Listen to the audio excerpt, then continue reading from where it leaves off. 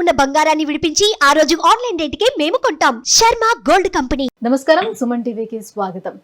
November మాసం నవగ్రహాల సంచారం ఎలా ఉంది, ఏ రాశుల వారికి ఏ గ్రహాలు అనుకూలంగా ఉన్నాయి, ఎటువంటి ఫలితాలను ఇస్తున్నాయి, ఈ విషయాలను తెలియజేసేందుకు మనతో పాటు ఉన్నారు ప్రముఖ జ్యోతిష్య శాస్త్ర వాస్తు వేదిక నిపుణురాలు, దేవి ఉపాసకురాలు అయినటువంటి శ్రీమతి జయప్రద గారు మనతో పాటు ఉన్నారు.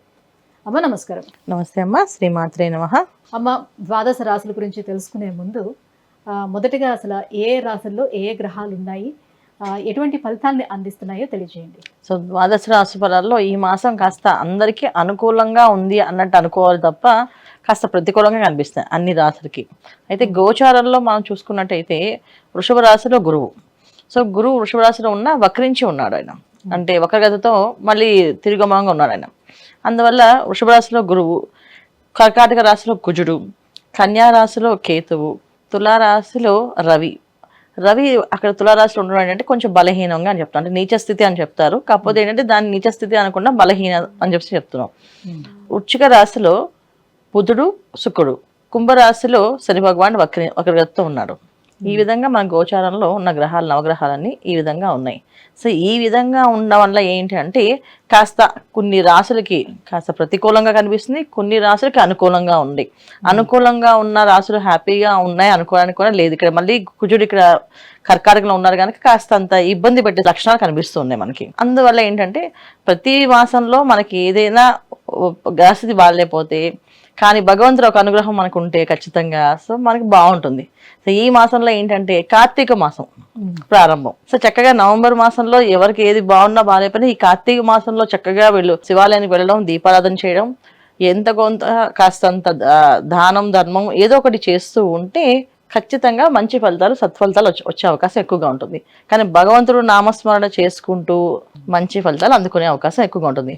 సో భగవంతుడు ఎప్పుడు మనకి ఇచ్చిన వరం ఏంటంటే ప్రతి మాసం ఒక్కొక్క, గత మాసంలో అమ్మవారి నవరాత్రులు, ఈ మాసంలో కార్తీక మాసం. చక్కగా ఈ కార్తీక మాసాన్ని వినియోగించుకొని ఎవరికి బాగాలేదో వాళ్ళు చక్కగా దైవారాధన చేసుకుంటూ, దైవనామస్మరణ చేసుకుంటూ వెళ్తే అన్ని అనుకూలంగా మారుతాయి. అమ్మ, ఈ నవంబర్ మాసం మరి సింహరాశి వారికి ఎలా ఉండబోతుంది, ఏ గ్రహాలు వీళ్ళకి అనుకూలిస్తున్నాయి? తప్పకుండా సింహరాశి వాళ్ళకి ఈ మాసం కాస్త అనుకూలంగానే ఉంది. వీళ్ళకి అనుకూలమైన విషయాలు ఏంటంటే మెయిన్ ముఖ్యంగా కుటుంబం నుంచి మంచి సపోర్టు, తర్వాత వీళ్ళు అనుకున్న పనులు అనుకున్నట్టుగా విజయవంతంగా అవ్వడానికి. సో వీళ్ళకి అనుకూలంగా ఉన్న స్థితిలో చూసుకుంటే సింహరాశి వాళ్ళకి తృతీయంలో రవి, చతుర్థ స్థానంలో బుధ, శుక్రులు. నవంబర్ 7 నుంచి కాస్తంత అనుకూలం, అంటే వివాహ విషయంలో వివాహాలు అవ్వడము, పిల్లలు విషయంలో వీళ్ళకి సంతాన యోగం కలవడం, అంటే సంతానం లేదు అని అనుకునే వాళ్ళకి సంతాన యోగం అనేది ఈ మాసంలో అనుకూలంగా ఉంది. విద్యార్థులు ఎవరైతే పోటీ పరీక్షల్లో వాటిల్లో పోటీగా ఉన్నారో వాళ్ళు చక్కగా ఈ మాసంలో మంచిగా రాయగలుగుతారు, మంచిగా చదవగలుగుతారు. కొంచెం పట్టుదల. శని ఉన్నాడు కదా, భార్య భర్తలకు ఏమైనా సంబంధించి ఇబ్బంది ఉన్నప్పటికీ కూడా వీళ్ళకి వ్యయ స్థానంలో కుజుడు, సో కర్కాటకంలో కుజుడు ఉండడం వల్ల కాస్తంత ఆటోమేటిక్గా ఆ గొడవ చిన్న చిన్న గొడవలుగా వచ్చి దాన్ని మళ్ళీ సర్దుమణికి అయిపోతుంటుంది. అంత ఇబ్బంది పెట్టాడు. అది దశమస్థానంలో గురువు నవమస్థానం నుంచి చూసినట్టు లెక్క. సో అందువల్ల ఏంటంటే ఏదో పిల్లల విషయంలోనే కాంప్రమైజ్ అయిపోతుంటారు. పిల్లల ముందు మాట్లాడుకోకూడదు, పిల్లల ముందు పోట్లాడుకోకూడదు అనుకోవడం, లేకపోతే పెద్దవాళ్ళ ముందు పోట్లాడుకోకూడదు, కొత్తగా పెళ్ళైన వాళ్ళు అనుకోరు, పెద్దవాళ్ళ ముందు అలా మాట్లాడుకోకూడదు అని చెప్పి అవ్వడము. చిన్న చిన్న చాలా తక్కువ అన్నమాట. ఆర్థికమైన పరిస్థితి అయినా ఇబ్బందులు అనేది కొంచెం ఉంది, కానీ భార్యభర్తల మధ్య సమస్య అనేది లేదు, అది చాలా తక్కువగా ఉంది. సో ఏదైనా మాట వచ్చినా అది సర్దుకుంటుంటారు. భాగస్వామి వ్యాపారాలు చేసుకునే వాళ్ళకి ఇబ్బంది ఉంటుందా? భాగస్వామి వ్యాపారాలకి కాస్తంత ఇబ్బంది ఉంటుంది, కానీ ఏం ఇబ్బంది ఉన్నా సింహరాశి వాళ్ళకి ఏంటంటే ఏదైనా మొహమాటం ఎక్కువగా ఉంటుంది, అభిమానం ఎక్కువ. ఏదైనా అడిగితే వాళ్ళు కాదంటే మేము తట్టుకోలేం కనుక అడగకుండా ఉండడము, చెప్పకుండా ఉండడము, అది జనరల్గా ఉండే లక్షణాలు ఎక్కువగా ఉంటాయి కనుక అటువంటి ఇబ్బందులు ఏం రావు. ఏదైనా ఉంటే మనమే అడగాలన్నమాట వాళ్ళని, మీరు చేయమంటారా వద్దంటారా అని చెప్పేసి. కాస్తంత అది అలా ఉంటుంది. కాకపోతే ఏంటంటే ఈ మాసంలో వ్యయస్థానంలో కూర్చుని ఉండడం వల్ల కాస్తంత కోపము, పట్టుదల వస్తుంది. కొంచెం కోపము, కొంచెం పట్టుదల, చేయాలనే గట్టి సంకల్పము.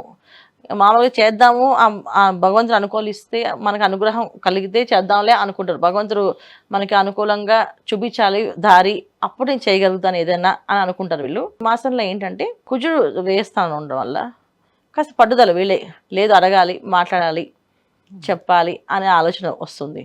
తృతీయ స్థానంలో రవి బలహీనంగా ఉన్నప్పుడు, అంటే సింహరాశి అధిపతి రవి ఏదైతే బలహీనంగా ఉన్నా కాస్త అన్నదమ్ములు అక్కచెల్లెలతో కాస్త మంచి బంధం ఏర్పడ్డము, వాళ్ళు మీకు సపోర్ట్గా నిలబడ్డము, ఏ పనైనా చేద్దాంలే మేము ఉన్నాం అని చెప్పి ధైర్యం ఇవ్వడం అనేది జరుగుతూ ఉంటుంది ఈ బుధ మాసంలో. శుక్రుల అనుగ్రహం ఎలా ఉందంటారు? బుధుడు ఒక అనుగ్రహం బాగుంది. శుక్రుడు మళ్ళీ వీళ్ళకి ఇక్కడ మార్పు అనేది జరుగుతుంది కనుక నవంబర్ 7 నుంచి కాస్త శుక్రుడు ఒక అనుగ్రహం తక్కువగానే ఉంది. అంత అనుకూలంగా అయితే ఏం లేదు. కాస్త అంత ఇబ్బంది పడే అవకాశం ఉంది. ఎటువంటి ఇబ్బంది అంటే సింహరాశి వాళ్ళు ఏదైనా ప్రేమ వ్యవహారాల్లో ఉంటే కాస్త అక్కడి నుంచి మంచి రిజల్ట్ వచ్చింది అనుకోవడం కానీ అక్కడ ఏం జరగదు. అది వచ్చినట్టే అనిపిస్తుంది కానీ అక్కడ అంత అనుకూలంగా లేదు. సింహరాశి వాళ్ళ సంతాన యోగం ఏదైనా సంతానం వల్ల వచ్చే ఇబ్బంది ఏదైతే ఉందంటే వాళ్ళు ఏదైనా ప్రేమించామనో పెళ్లి చేసుకుంటామనో ఆ విషయాల మీద కొంచెం వీళ్ళు వచ్చి అంటే వాళ్ళు మాయలో పడ్డము, ఆ మాయని తీసుకొచ్చి వీళ్ళకి చెప్పడము జరుగుతుంటుంది. ఇది కూడా ఏంటంటే అంత అనుకూలంగా కాదు.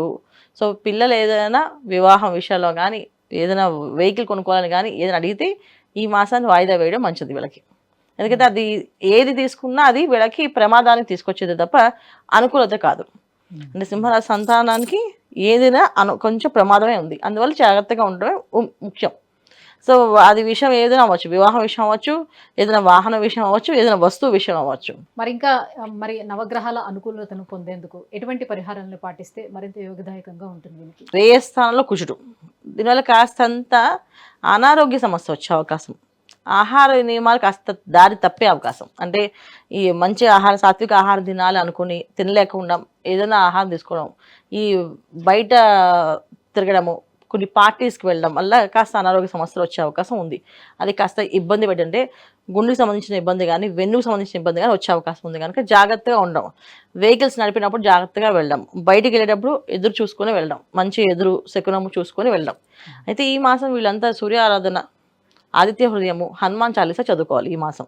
అది చాలా అనుకూలంగా మారుతుంది వీళ్ళకి. అమ్మ, సింహరాశి వారికి ఈ మాసం అంతా ఎలా ఉండబోతుంది? ఈ నవంబర్ మాసం ఎటువంటి పరిహారాన్ని పాటించుకోవాలి? విషయం తెలియజేసినందుకు ధన్యవాదాలు. నమస్తే అమ్మ. శ్రీమాత్రే నమః.